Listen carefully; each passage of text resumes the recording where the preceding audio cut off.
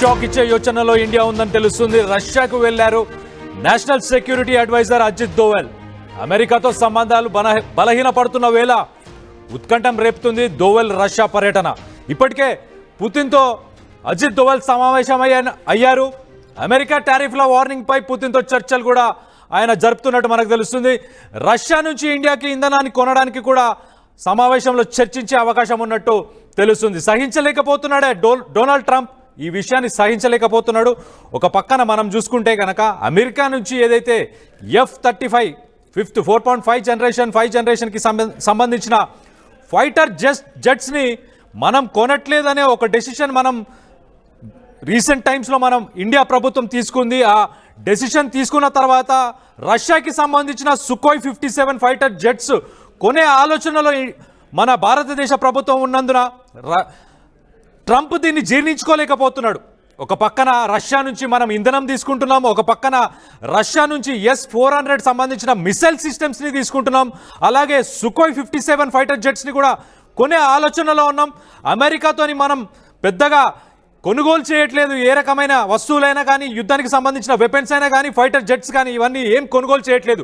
దీంతో ట్రంప్ పిచ్చెక్కిపోతున్నాడు. మా మాట ఇండియా వినట్లేదు అని చెప్పి ద్వంద్వ వైఖరి, అంటే ఒక పక్కన మా అన్ని కొనాలని చెప్తున్నాడు, ఒకవేళ వినకపోతే ఆంక్షలు, ట్యాక్సెస్ ఇవి రెండు ఖచ్చితంగా విధిస్తాను మీ మీద అని చెప్పి బెదిరిస్తున్నాడు. ఇలాంటి వైఖరితో ఇప్పుడు ప్రస్తుతం ట్రంప్ ఉన్నాడు. దీనికి సంబంధించి మరిన్ని వివరాలు మా ప్రతినిధి సచిన్తో మాట్లాడి తెలుసుకునే ప్రయత్నం చేద్దాం. సచిన్, చెప్పండి, అసలు F-35కి సంబంధించిన ఫైటర్ జెట్స్ని మనం తీసుకోవట్లేదు అన్న కోపంతోనే ఇప్పుడు ఇలాంటి ఆంక్షలు విధించడం, ఇలాంటివన్నీ చేయడం చేస్తున్నాడా?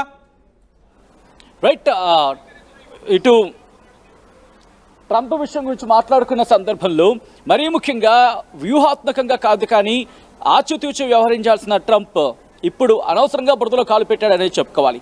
ఎందుకంటే తనకి సంబంధమైన విషయాల్లో జోక్యం చేసుకొని ప్రస్తుతం పరువు పోగొట్టుకుంటున్నాడని చెప్పుకోవచ్చు.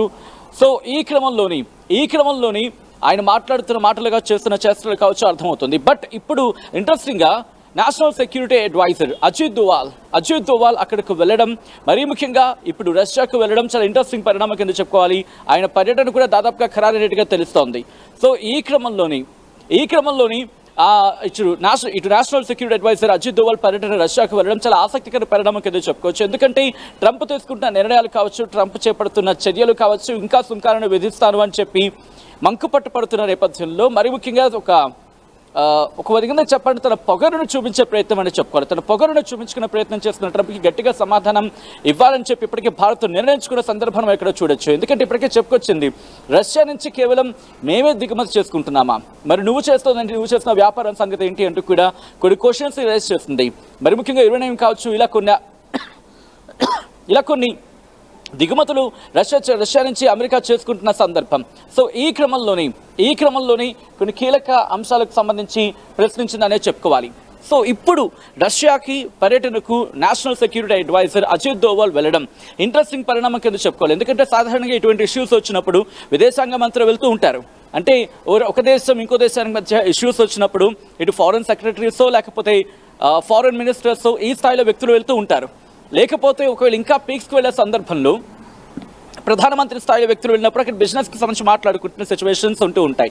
అంటే ఒకవేళ business at the same time national సెక్యూరిటీకి సంబంధించి నేషనల్ సెక్యూరిటీ అంశం వచ్చినప్పుడు చాలా తక్కువగా వెళ్ళే సందర్భం. దాదాపుగా ప్రధానమంత్రి స్థాయి వ్యక్తులు కావచ్చు, లేకపోతే రాష్ట్రపతి స్థాయిలో వ్యక్తుల చర్చలు వచ్చినప్పుడు మరి ముఖ్యంగా ఈ వర్తక వాణిజ్యం కావచ్చు, వీటి గురించి చర్చ ఉంటూ ఉంటుంది. అఫ్ కోర్స్ నేషనల్ సెక్యూరిటీ అనేది కీ రోల్ ప్లే చేస్తూ ఉంటుంది. బట్ ఇప్పుడు ఇండివిజువల్గా అంటే కేవలం నేషనల్ సెక్యూరిటీ అడ్వైజర్ స్థాయిలో అజిత్ దోవాల్ పర్యటనకు ప్రాధాన్యత సంతరించిందని చెప్పుకోవాలి.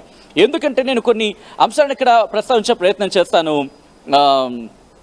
కళ్యాణ్. ఎందుకంటే ఇటు గత కొద్ది రోజులుగా ఇప్పటికీ I think the second or third time అనుకోవాలి ఈ ఏడాది అజిత్ దోవల్ పర్యటన. మరి ముఖ్యంగా మోదీతో వెళ్ళిన సందర్భాన్ని చూసాం, అంతకన్నా ముందు ఒకసారి వెళ్ళిన సందర్భాన్ని చూసాం.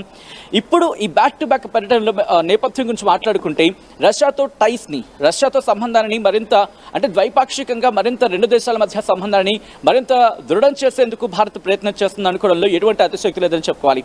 రిమెంబర్, ఎప్పుడైతే ఆంక్షలు విధించింది అంటే 2022లో యుక్రెయిన్ యుద్ధం స్టార్ట్ అయింది, అప్పటి నుంచి ఆంక్షలు ఉన్నప్పటికీ కూడా మనం కొనుగోలు చేసిన అంశానికి సంబంధించి మాట్లాడుకుంటే యుక్రెయిన్ రష్యా యుద్ధం జరిగిన తర్వాత రష్యా నుంచి మనం మరి ముఖ్యంగా 2024-2025 ఆ ఫినాన్షియల్ ఇయర్కి సంబంధించి మనం రష్యా నుంచి 87.4 మెట్రిక్ టన్నుల ముడి చమురుని మనం దిగుమతి చేసుకోవడం జరిగింది. ఒక విధంగా చెప్పాలంటే ఇది మన భారతదేశం చమురు దిగుమతుల్లో ఏకంగా 36%, చమురు దిగుమతుల్లోనే 36%. అయితే దీని మీద ప్రధానంగా ఏడుస్తోంది. కానీ ఇక్కడ అర్థం కాని విషయం ఏంటంటే ఇటు అమెరికా కావచ్చు, లేకపోతే యూరోపియన్ యూనియన్స్కి సంబంధించి కావచ్చు, వినిపించిన ప్రధానమైన మాట అంటే ఇక్కడ ఇవి పట్టించుకోవటం లేదా. రిమెంబర్, ఎందుకు నేను మాట అంటున్నా అంటే ఇదే యూరోపియన్ కంట్రీస్కి సంబంధించి మాట్లాడుకున్న క్రమంలో మన నుంచి ఈ ముడి చమురుని తీసుకొని అక్కడ వాళ్ళకి మళ్ళీ అమ్మిన పరిస్థితి అని చెప్పుకోవాలి, ఒక వాడుక భాషలో చెప్పాలంటే. సో ఈ క్రమంలో ఇదే యూరోపియన్ యూనియన్ కావచ్చు, లేకపోతే యూకే కావచ్చు, వీళ్ళందరూ కూడా ఎందుకు చెప్పట్లేదు అంటే అప్పటికి వాళ్ళ మీద ఆంక్షలు వేసిన తర్వాత వాళ్ళు అమెరికాతో మాట్లాడుకునే సందర్భంలో అమెరికాతో మాట్లాడుకుని కాస్త వాటిని తగ్గించుకునే ప్రయత్నం చేశారు. అంటే వాళ్ళకు ఒక న్యాయం, ఇటు భారత్కు ఒక న్యాయం. ఇక్కడ 2-3 ప్రధానమైన అంశాలు మీరు అన్నారు ఇందాకలా, ఎందుకు ట్రంప్ మన మీద ఇంత బెట్టు చేస్తానని చెప్పి. ఒక కారణం కాదు, 2 కారణాలు కాదు, చాలా కారణాలు ఉన్నాయని చెప్పుకోవాలి. దాంట్లో ప్రప్రథమంగా ముందు తన నేను అనే ఒక అంశం, దాన్ని ఏమంటారు, అహం అంటారు మన తెలుగులో.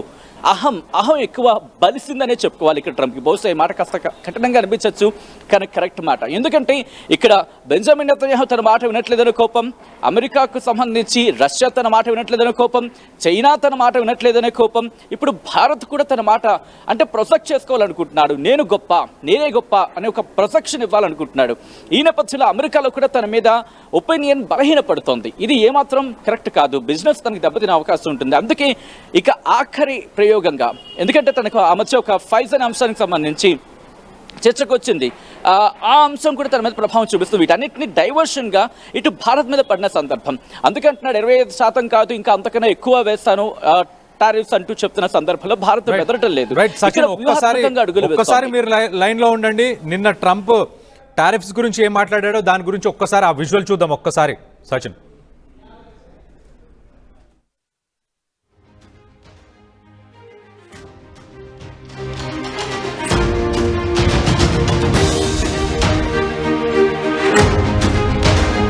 about India. They're the highest tariff nation. They have the highest tariff of anybody.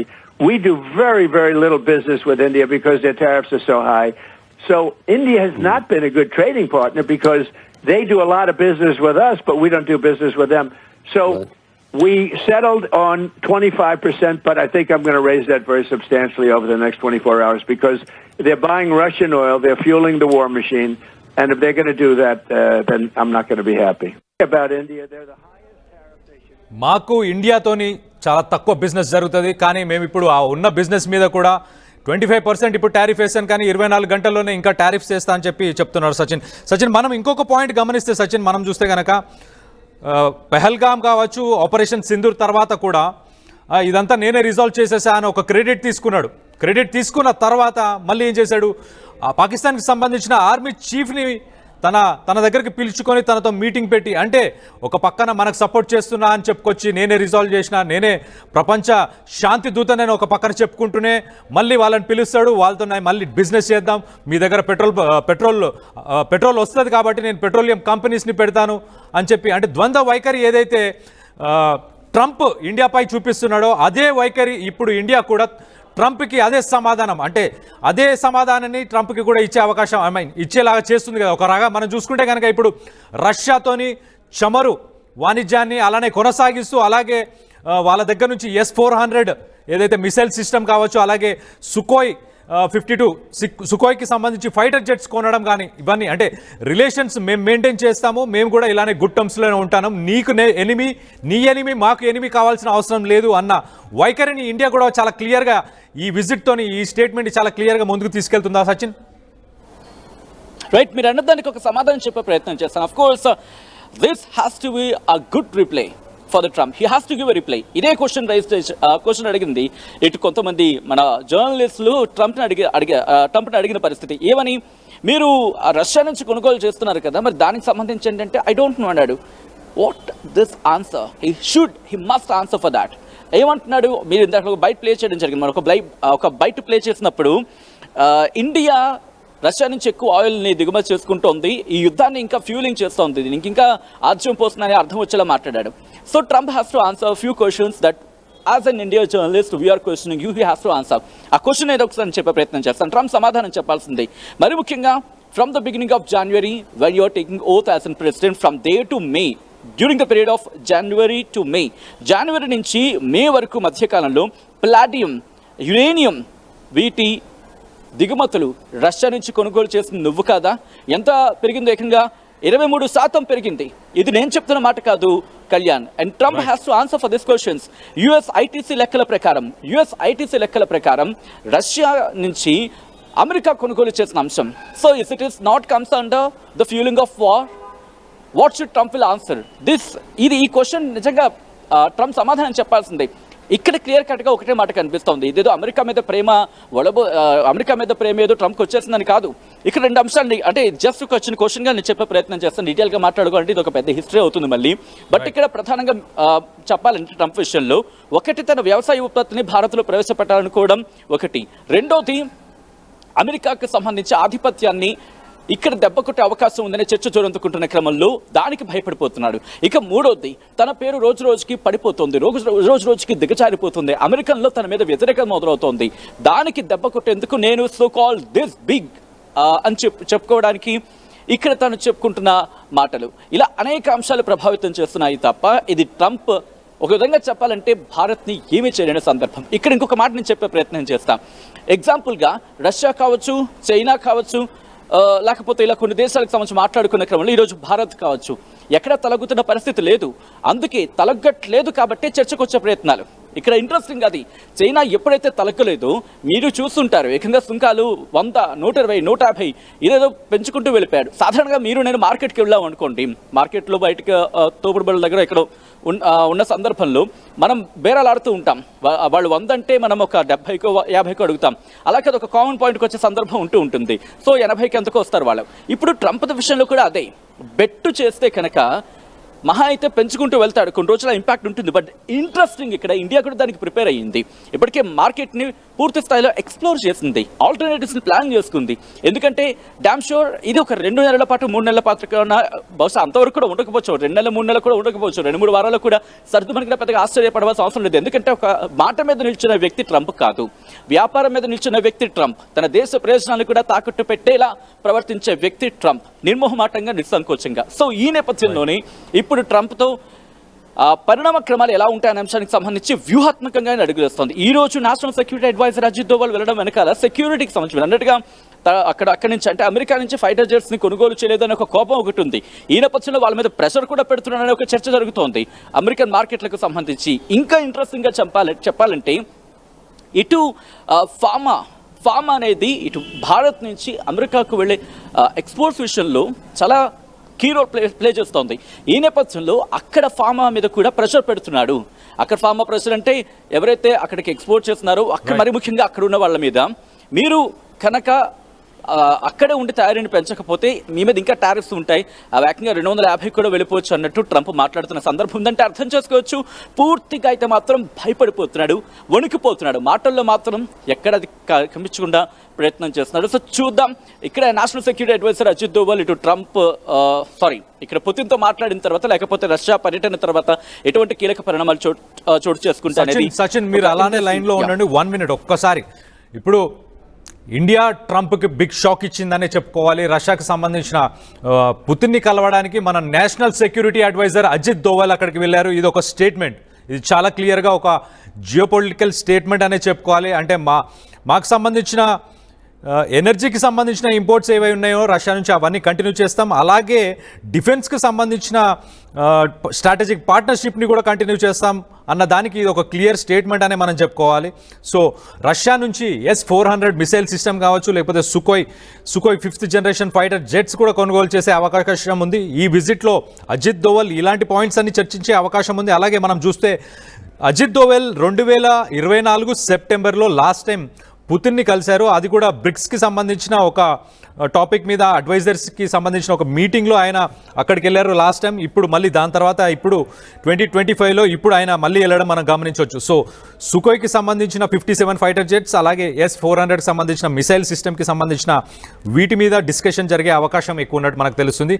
అలాగే రానున్న రోజుల్లో ఆగస్టులో కూడా మన ఎక్స్టర్నల్ అఫైర్స్ మినిస్టర్ జయశంకర్ కూడా రష్యాని విజిట్ చేసే అవకాశం ఉంది. ఆగస్టు 2025లో ఆయన డిఫెన్స్, ఎనర్జీ అలాగే ట్రేడ్కి సంబంధించిన టాపిక్స్ మీద ఆయన డిస్కషన్ చేయడానికి మళ్ళీ ఆగస్టులో మన ఎక్స్టర్నల్ అఫైర్స్ మినిస్టర్ జయశంకర్ కూడా వెళ్ళే అవకాశం ఉంది. సచిన్, మరొక విషయం సచిన్, ఇప్పుడు ఫార్మా మీద కనుక ట్యాక్సెస్ ఎక్కువ వేస్తే, అంటే ఇప్పుడు ఆయన ఫార్మా మీద నేను ఎక్కువ ట్యాక్సెస్ వేసే అవకాశం ఉంది రానున్న రోజుల్లో, అంటే 250% ట్యాక్సెస్ కూడా అక్కడున్న కంపెనీస్కి వేస్తా అంటున్నాడు, ఇండియాకి సంబంధించిన కంపెనీస్ మీద కూడా వేస్తా అని చెప్తున్నాడు. దానివల్ల ఎలాంటి ఎఫెక్ట్స్ మనకు ఉండొచ్చు? అండ్ ఒకవేళ ఇప్పుడు ఈ టారిఫ్స్ ఏదైతే 25%, అంటే మనం చూస్తే మన తెలుగు రాష్ట్రాల నుంచి ఎస్పెషల్లీ ఆంధ్ర నుంచి ఎక్కువ శాతం ఆక్వా కల్చర్, అంటే ఆక్వాకి సంబంధించిన అంటే ఫిష్ కానీ సీ ఫుడ్ కానీ ఇదంతా చాలా ఎక్స్పోర్ట్ అవుతుంటుంది. వాళ్ళకి ఎలాంటి ఎఫెక్ట్ ఉండే ఛాన్సెస్ ఉంటాయి సచిన్? మీరు అన్నట్టుగా మొట్టమొదటిగా ఫార్మా గురించి మాట్లాడుకుంటే వెంటనే డెసిషన్ తీసుకునే అవకాశం లేదు. ఎందుకంటే రిమెంబర్, ఫార్మా అనేది వెంటనే అక్కడ కనుక ఒక సుంకాలు పెంచాడు అనుకోండి, అక్కడ వాళ్ళకి ఇబ్బంది అవుతుంది. సో ట్రంప్ ఈ విషయంలో కాస్త జాగ్రత్తగా ఆలోచించాడు. ఇక్కడ జాగ్రత్తగా ఆలోచించాడు అనేది తన అనుకుంటున్నమాట. ఇక్కడ నేను ఒక మాట చెప్పే ప్రయత్నం చేస్తాను. వెంటనే ఇక్కడ పెరిగే అవకాశం లేదు. దాదాపుగా ఒక ఏడాదిన్నర సమయం ఇచ్చినట్టుగా చర్చ జరుగుతోంది. అంటే ఏడాదిన్నర లోపు అక్కడ వాళ్ళు అక్కడ దాని ఏమంటారు, అక్కడే తయారీ కేంద్రాన్ని ఏర్పాటు చేసుకోవాలి, అక్కడే వాటిని తయారు చేయాలి, అక్కడి నుంచి ఉత్పత్తి చేయాలి, వాటిని ధరని తగ్గించాలి అనేది ఇక్కడ ట్రంప్ ప్రతిపాదనగా చర్చ జరుగుతోంది. సో ఈ నేపథ్యంలో ఒక్కసారిగా ఈ సుంకాన్ని పెంచే అవకాశం ఉండదు. ఒక 25% అంటున్నాడు. దాంతోపాటు ఇక్కడి నుంచి బహుశా ఒక 50, 70, 80, 100, 150 అలా 1.5 ఏడాది తర్వాత ఆ తర్వాత ఇది 250కి వెళ్ళే అవకాశం ఉంది. కానీ రిమెంబర్, ఇక్కడ ఆ టైంకి ట్రంప్ కాలం అంటే తన టైం ఉంటుంది కదా, లైక్ రాష్ట్రపతిగా తన కాల పరిమితి అది ముగిసిపోతుంది. కాబట్టి ఫార్మా మీద కాస్త ఇంపాక్ట్ ఉండొచ్చు, కాదని పూర్తి స్థాయిలో కొట్టి పారేయలేం. బట్ అంతకన్నా ముందు ఒకవేళ ఫార్మా మీద కనుక యాక్షన్ దిగితే అది అమెరికన్లకు ఇబ్బందిగా మారే అవకాశం ఉంటుంది. కాబట్టి ఇప్పటికే తన మీద ఈ సుంకాల విషయంలో భారత్తో పెట్టుకోవద్దని చెప్పి నిక్కీ హ్యాలే లాంటి వాళ్ళు కావచ్చు, లేకపోతే అమెరికన్ దిగ్గజాలే ట్రంప్తో మాట్లాడుతున్న సందర్భం. కానీ ఇక్కడ ట్రంప్ తన హిపోక్రసీని ఎప్పటికప్పుడు బయటపెట్టుకుంటున్నాడు. కాబట్టి ఇక్కడ బహుశా ఫార్మా రంగానికి వచ్చినప్పుడు క్విక్ యాక్షన్లకు దిగే అవకాశం మాత్రం అంతగా కనిపించట్లేదు. ఎందుకంటే ఆరోగ్య రంగానికి సంబంధించిన అంశం కాబట్టి ఆచితూచి వ్యవహరిస్తాడు. తేడా కొడితే తనకే మళ్ళీ మొదటిగా మోసం వచ్చే అవకాశం ఉంటుంది. కాబట్టి అంత వేగంగా ఫార్మా మీద యాక్షన్లకు దిగే అవకాశం ఉంది. కాస్త ఆ టైం తీసుకుంటాడు. ఈ మధ్యలో చర్చలు జరిగే అవకాశం ఉంటుంది. బహుశా ఫార్మా మీద అంత ఒక పదునైన అస్త్రాన్ని సంధిస్తారని చెప్పి ప్రస్తుతానికి అయితే భావించడం బహుశా చాలా ఎక్స్ట్రీమ్ అనుకోవాలి. బట్ టైం తీసుకుంటాడు.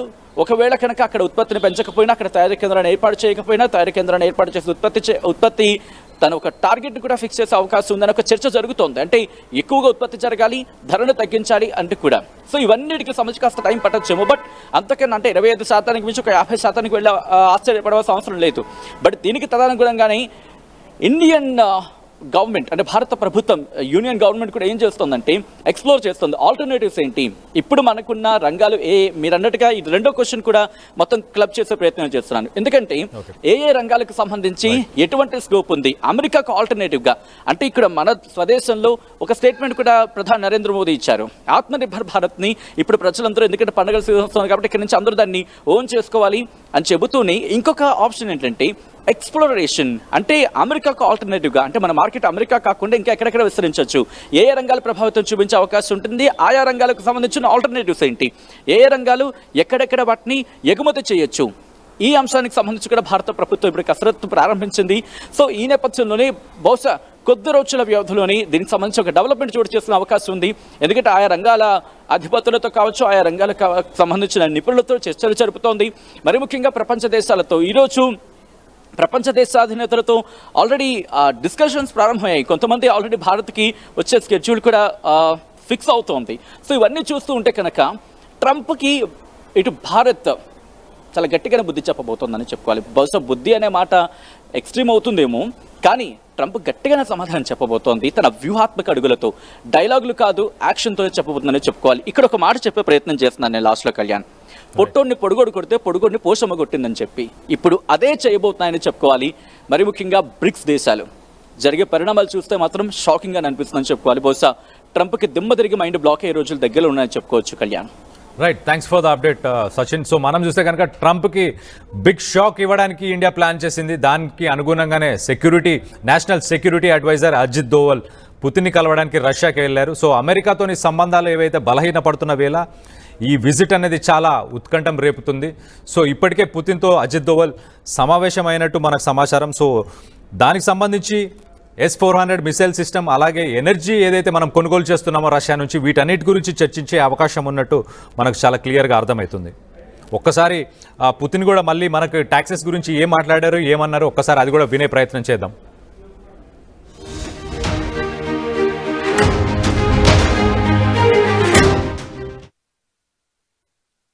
Highest tariff nation. They have the highest tariff of anybody.